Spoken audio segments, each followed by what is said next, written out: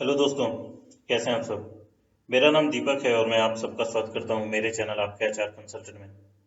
दोस्तों, आज के टॉपिक में हम लोग बात करेंगे कि क्यों नोटिस पीरियड सर्व करना इम्पोर्टेंट हो जाता है रिजाइन देने के बाद। मेरे पास बहुत सारे जो मेरे सब्सक्राइबर्स हैं, जो लोग मेरा वीडियो देखते हैं, उन लोगों के कमेंट आते हैं सर कि मैं बहुत जल्दी छोड़ना चाहता हूँ, मैं इतना ज़्यादा नोटिस पीरियड करना नहीं चाहता।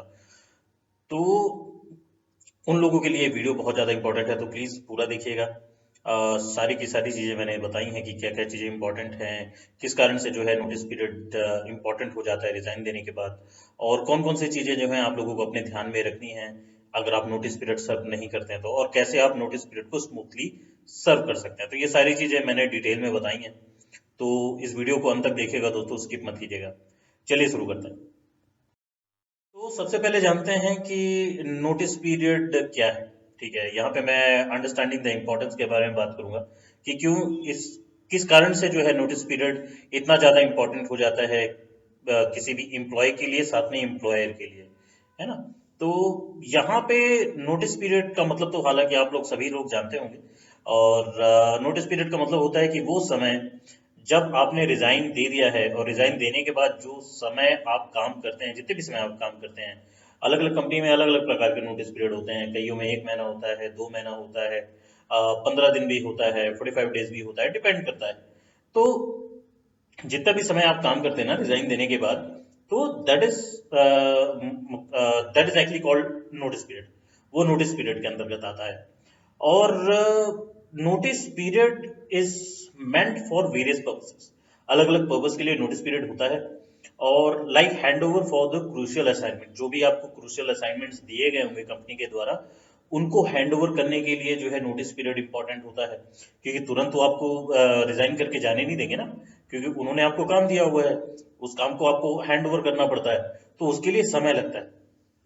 ठीक है, तो इस कारण से इंपॉर्टेंट हो जाता है। एंड प्रोजेक्ट्स, अगर आपके पास कोई प्रोजेक्ट है जिस पे आप काम कर रहे हैं, आपके ऑलरेडी अच्छे खासे क्लाइंट हैं जिनसे आपका डेली वार्तालाप होता है, कन्वर्सेशन होता है, तो उस प्रोजेक्ट को हैंड ओवर करना, उस असाइनमेंट को हैंड ओवर करना बहुत ज्यादा इंपॉर्टेंट हो जाता है ना। तो और basically it is meant for the smooth transition of work from one employ to another. यहाँ पे कहने का मतलब यह है कि जैसे ही आपने रिजाइन दिया, उसके बाद जिस भी प्रोजेक्ट या असाइनमेंट पे आप काम करते हैं, तो उसको आपको हैंड ओवर करना पड़ता है, और हैंड ओवर करने के लिए जो नए एम्प्लॉय जो आपका रोल करेगा, उसको आपको हैंड ओवर करना है वो। ठीक है, तो इस कारण से जो है नोटिस पीरियड सर्व करना बहुत ज्यादा इंपॉर्टेंट हो जाता है। ठीक है, तो when deciding how much notice period to serve, employee must think about the impact of remaining time at the workplace and how long it would take to transfer their responsibilities to another employee and consider other companies operation। तो यहाँ पे simple सा मैंने बताने की कोशिश ये की है कि जब भी आप जो है ज्वाइन करते हैं कोई भी कंपनी, तो पूरा का पूरा जो है लेटर ऑफ एम्प्लॉयमेंट, या फिर जिसको हम अपॉइंटमेंट लेटर भी बोलते हैं, ऑफर लेटर भी कई बार मेंशन होता है, ये चीजें। तो ये पूरा डॉक्यूमेंट अच्छे से पढ़ें। बहुत सारे लोग स्किप कर देते हैं, प्लीज स्किप मत कीजिए, पूरा पढ़िए। पूरा पढ़ेंगे तब आप जानेंगे कि कितने दिन का नोटिस पीरियड है वहां पे, और उसके बाद ही उस ऑफर लेटर, उस अपॉइंटमेंट लेटर में साइन कीजिए। अगर आपको लगता है कि नहीं, आप इतना सर्व नहीं कर सकते हैं, बहुत ज्यादा लंबा समय हो रहा है, आगे चल के मैं दूसरी जॉब भी स्विच करूंगा, और इतना समय अगर मुझे नहीं देना है जॉब ढूंढने के लिए, मैं 45 डेज या 60 डेज जो है मैं कंपनी में सर्व नहीं कर सकता, मुझे 30 डेज का ही नोटिस पीरियड चाहिए, तो प्लीज अगर आपको ऐसा लगता है तो उस अपॉइंटमेंट लेटर में साइन मत कीजिए, ऑफर लेटर में साइन मत कीजिए, और अपने हिसाब से रिलेवेंट नोटिस पीरियड वाली कंपनी ढूंढिए जहां पे 1 महीने का नोटिस पीरियड हो, या जैसा भी। ठीक है, तो ये एक बहुत ही बड़ा डिसाइडिंग फैक्टर होता है। और मैंने हमेशा बताया है कि आप लोग जब भी ज्वाइन करते हैं कोई भी कंपनी, तो मेक श्योर कि आप अपॉइंटमेंट लेटर और ऑफर लेटर जो भी दिया जा रहा है उसको पूरा का पूरा थोरोली पढ़े। ठीक है, वो पढ़ना बहुत ही ज्यादा जरूरी होता है, क्योंकि इसमें सारे के सारे डिटेल दिए रहते हैं, आपके वर्क आवर्स दिए रहते हैं, आपका लीव्स दिया रहता है।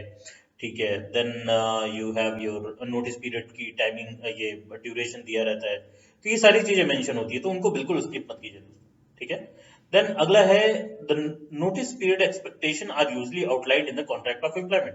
जैसे कि मैंने बताया, अपॉइंटमेंट लेटर में जो है साफ साफ तौर पे ये मेंशन किया जाता है कि आपका नोटिस पीरियड इतने समय तक का होता है। which should be thoroughly read and understood by the employee before getting on board.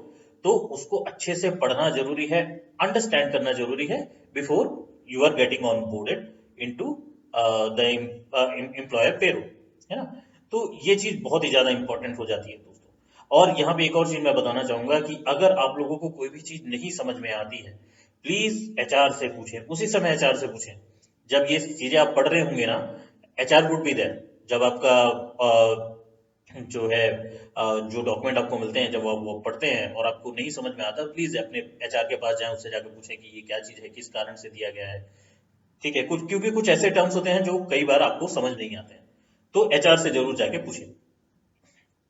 तो आई होप आपको मेन अंडरस्टैंडिंग जो है समझ में आ गया होगा दोस्तों कि किस कारण से एक नोटिस पीरियड इतना इंपॉर्टेंट हो जाता है किसी भी एम्प्लॉयर के लिए और एक एम्प्लॉय के लिए भी, ठीक है। चलिए आप आगे बढ़ते हैं, जानते हैं कि कैसे एक स्मूथर ट्रांजिशन आप कर सकते हैं रिजाइन देने के बाद।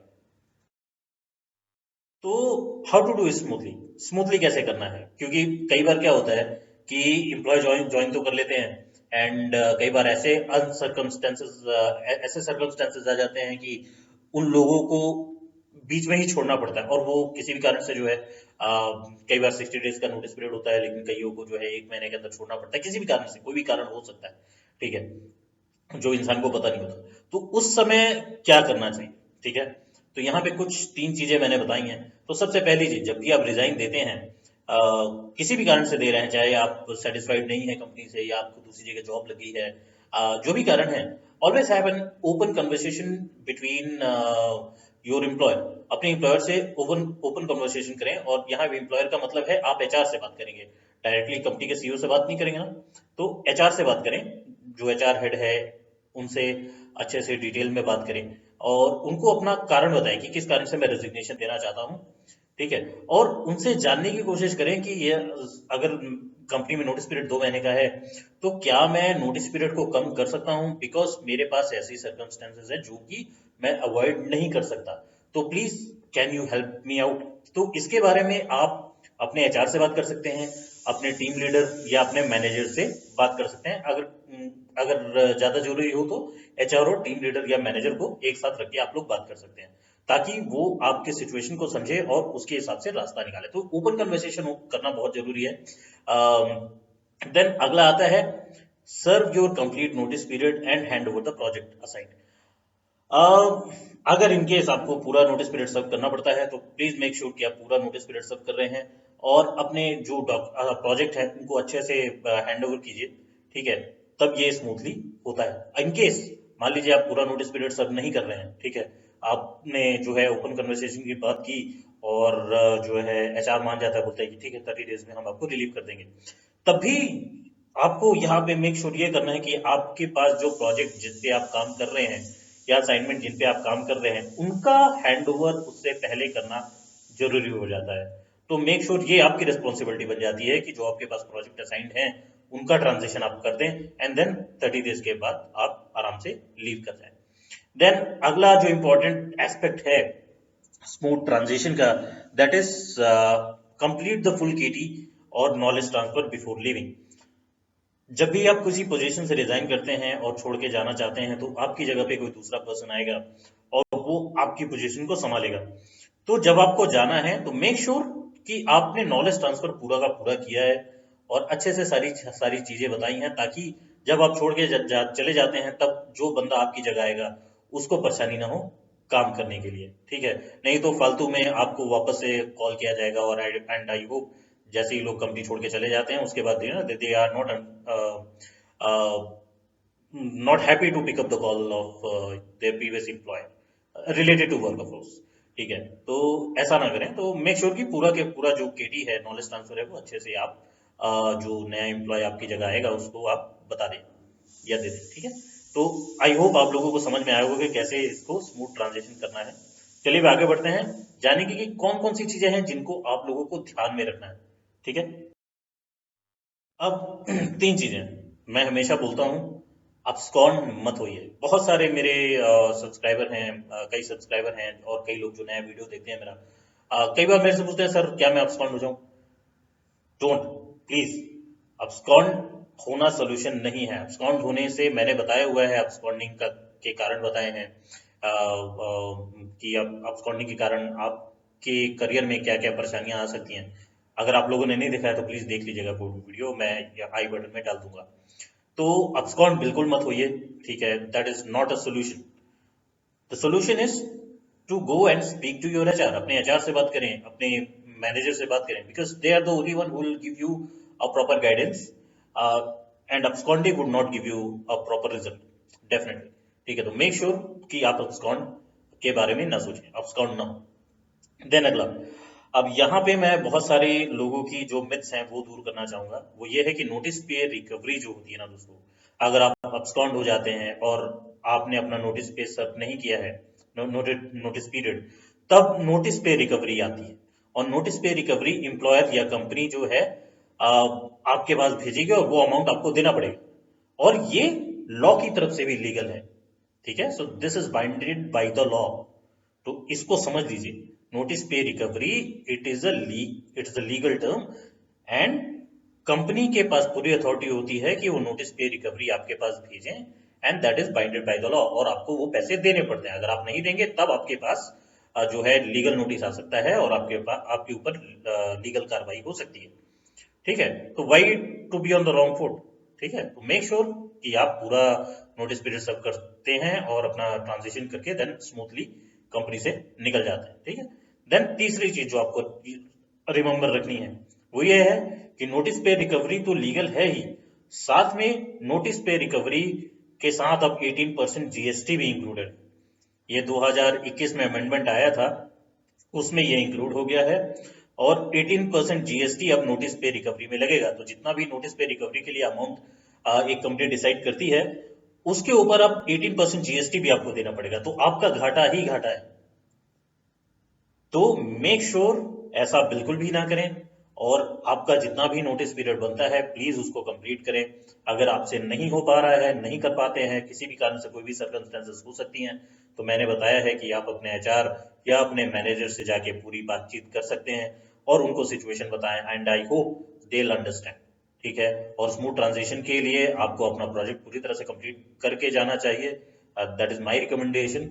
And the other thing is, अपना नॉलेज ट्रांसफर भी पूरा कीजिए ताकि आप स्मूदर ट्रांजिशन करके कंपनी से बाहर निकल पाए एंड अपना आगे का करियर देख पाए। और ये तीन चीजें बहुत ही ज्यादा जरूरी है, इनको अच्छे से याद रखिएगा दोस्तों, क्योंकि नोटिस पे रिकवरी जो है that is legal and binded by the law, and अब उसके ऊपर 18% जीएसटी भी लग गया है, एंड आई होप कोई भी इतना ज्यादा पैसा नहीं देना चाहेगा। बस दोस्तों, आज के लिए इतना ही था। आई नो वीडियो थोड़ा ज़्यादा लंबा हो गया है। अगर आप लोगों को जो है वीडियो पसंद आता है तो प्लीज़ लाइक कीजिएगा, अपने ज़्यादा से ज़्यादा दोस्तों के साथ शेयर कीजिए और सब्सक्राइब कीजिएगा। वीडियो लंबा होने के लिए मैं माफ़ी चाहता हूँ, लेकिन ये कुछ चीज़ें जो है मैं बताना चाहता था और आप लोगों को क्लैरिफाई करना चाहता था, क्योंकि ये बहुत ही ज़्यादा इंपॉर्टेंट है और इनके ऊपर जो है कोई भी ज़्यादा बातचीत नहीं करता है। तो मेक श्योर कि आप लोगों को इसके बारे में पता हो और अपने ज़्यादा से ज़्यादा दोस्तों को भी इसके बारे में जागरूक करें। मैं मिलूंगा आप लोगों से अगले वीडियो में, तब तक के लिए अपना ख्याल रखिएगा दोस्तों। धन्यवाद।